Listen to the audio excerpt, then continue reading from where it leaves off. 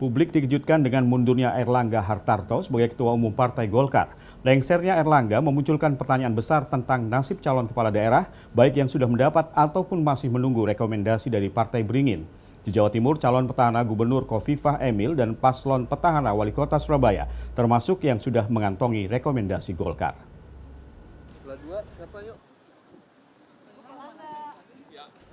Mundurnya Airlangga Hartarto mengejutkan berbagai pihak.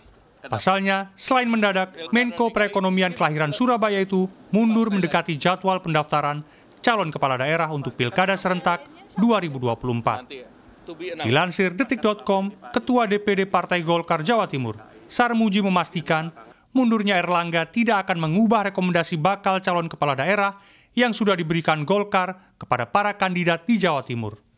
Sejauh ini, sudah ada 15 bakal calon kepala daerah yang mendapatkan rekomendasi dari Partai Golkar. Di antaranya, bakal calon Bupati Trenggalek, Ngawi, Ponorogo, Lamongan, Madiun, Banyuwangi, sampai Sampang.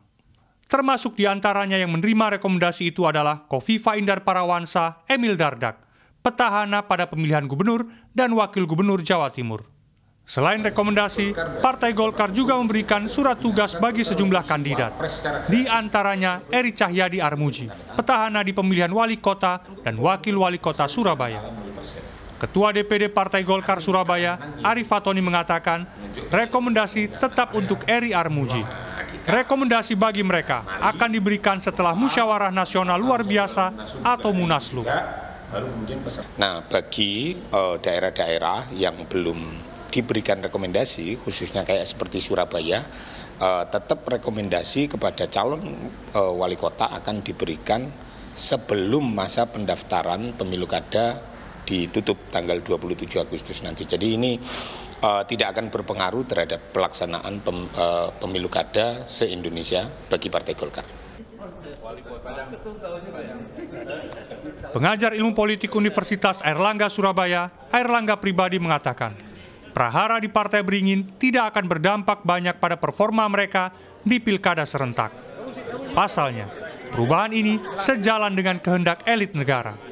Bahkan, banyak prediksi yang menyebut Presiden Joko Widodo akan masuk ke struktur tertinggi partai ini. Nah, disinilah kemudian kita lihat bahwa isu-isu ataupun informasi terakhir terkait dengan hal ini mencoba menempatkan kemudian bagaimana Pak Jokowi masuk ke dalam institusi Partai Politik Golkar. Ada yang mengutarakan sebagai ketua Dewan Pembina Golkar ataupun kemudian sebagai ketua umum gitu. Atau misalnya ketua umum misalnya Bang Bahlil gitu kan. Nah, di sini kita bisa melihat bahwa ini adalah bagian yang dalam waktu yang bersamaan itu bertemu terkait dengan kalkulasi dan proyeksi politik. Airlangga mengatakan, dengan masuk sebagai Ketua Dewan Pembina, Jokowi masih memiliki kekuasaan di pusara politik termasuk dalam Pilkada serentak mendatang. Bahkan sebelum dia pensiun sebagai Presiden. Informasi yang berkembang menyebutkan Munaslup Partai Golkar digelar pada 20 Agustus mendatang untuk mencari pengganti Airlangga Hartarto. Miftah Farid, Miki Peresia, Surabaya, Jawa Timur.